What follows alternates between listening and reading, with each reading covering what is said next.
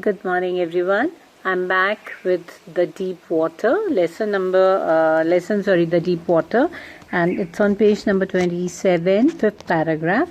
Several hours later, I walked home. I was weak and trembling. I shook and cried when I lay on my bed. Now, he was a big boy. He could not cry, there on the pool. So he was trembling with fear. The moment he came back home, he just lay on his bed and started crying, started weeping there. I couldn't eat and that night. For days, a haunting fear was in my heart. The slightest exertion upset me, making me wobbly in the knees and sick to my stomach. Okay, so that fear was there, and he could not eat, and that fear surrounded him for many days together. And he used to get cramps in the stomach also. I never went back to the pool. I feared water. I avoided it whenever I could. So he never went back to the pool after that because it was a very fearful moment for him. Right? A few years later, when I came to know the waters of Cascades, I wanted to get into them. Then later he came to know about some place where waterfall was there. So he wanted to go in that. But that fear again came back to his mind. He went into the flashback that what had already happened with him in the pool. And whenever I did, whether I was wading the Triton or bumping river or bathing in warm lake of the Goat Rocks, the terror that had seized me in the pool would come back. It would take possession of me completely. My legs would become paralyzed. Icy horror would grab my heart. He used to feel his legs were paralyzed whenever he thought of swimming in any water, in the lake or in the river, anywhere, okay? So his legs used to be paralyzed, okay? This handicap stayed with me as the years rolled by. In canoes on main lakes, fishing and landlocked, salmon, bass fishing in New Hampshire, trout fishing on the Deschutes and Metolius in Oregon, fishing for salmon on the Columbia at Bumping Lake in the Cascades. Wherever I went, the haunting fear of the water followed me.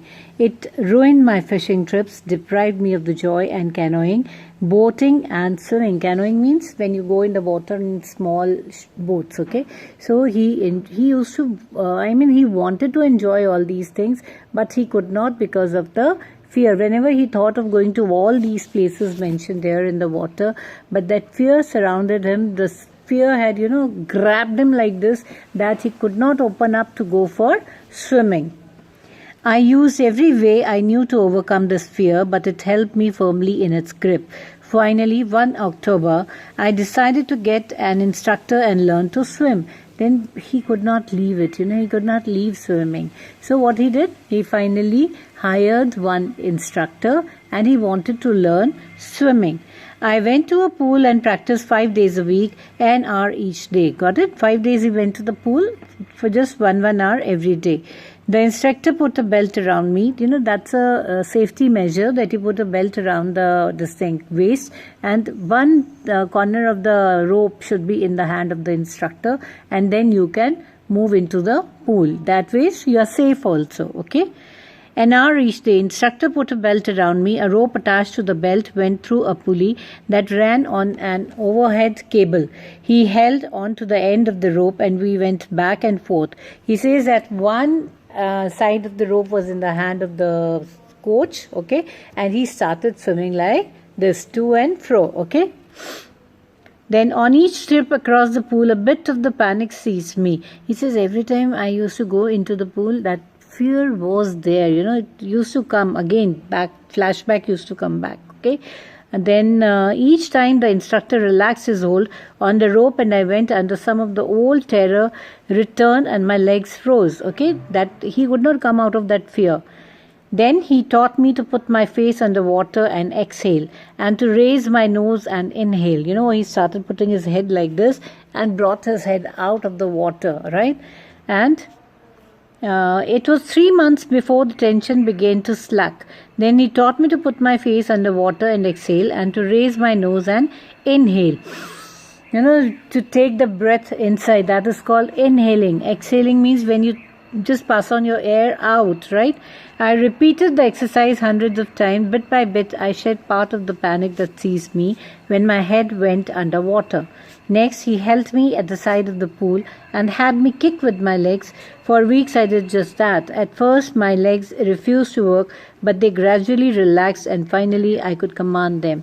Then he says that the instructor started, when I started swimming to and fro, he started teaching me to stand on the corner of this pool and just make your legs move. And he says that at the beginning it was really fearful, but later I could just overcome my fear. Thus, piece by piece, he built a swimmer. So slowly and gradually, a swimmer came out of him.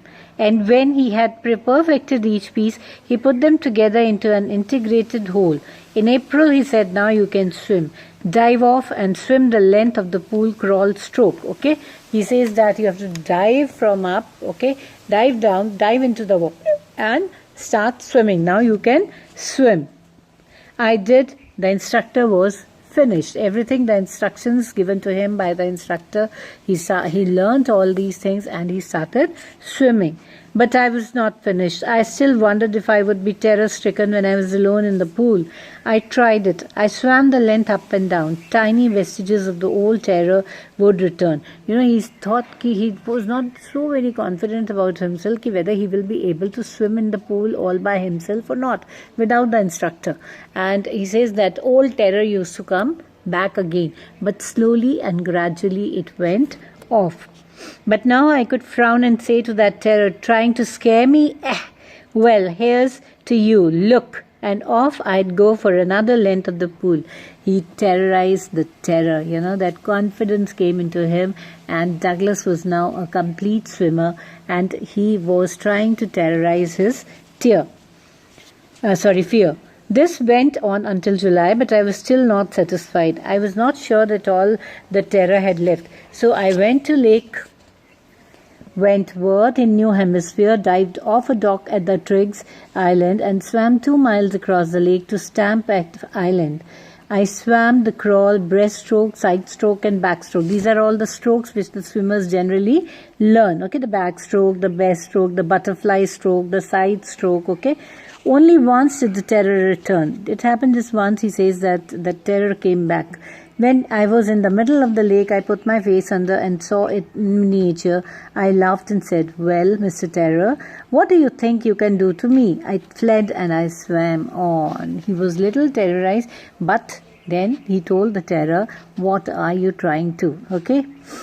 Yet I had residual doubts. At my first opportunity, I hurried west, went up to the Titan to Conrad Meadows, up the Conrad Creek Trail to meet Middle Glacier, and crabbed in the high meadows by the side of the warm lake. The next morning, I dived into the lake and swam across to the another shore back, just as Doe Corpon used to do. I shouted with joy, and Gilbert Peak returned the echo. I had conquered my fear of water. He was very happy. He went to all the places and all the lakes, and when he swam to and fro from one corner to another corner, he was able to gain confidence in himself.